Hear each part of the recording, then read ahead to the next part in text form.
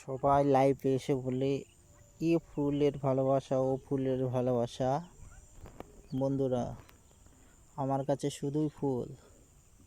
এ দেখো, এটা কি ফুল তোমরা জানাবে।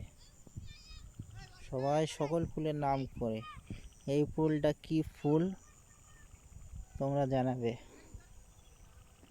তোমরা যদি না জানাতে পারো কমেন্ট বক্সে এসে জানাবে।